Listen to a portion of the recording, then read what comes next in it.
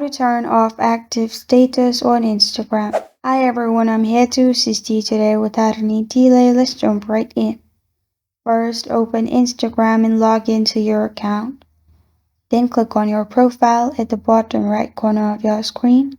And here, click on three lines at the top right corner of your screen. After that, you'll find all these options. In here, scroll down and click on Messages and Story Replies. After you click on Messages and Story Replies, click on Show Activity Status. After you click on it, you'll find Show Activity Status. Simply click on it to turn it off. Make sure the circle is on the left side. And this is how to turn off active status on Instagram. Thank you for joining me today. If this video helps you out, please leave a like and subscribe for more. Got a question or want to suggest a topic? Comment below. Thank you for watching.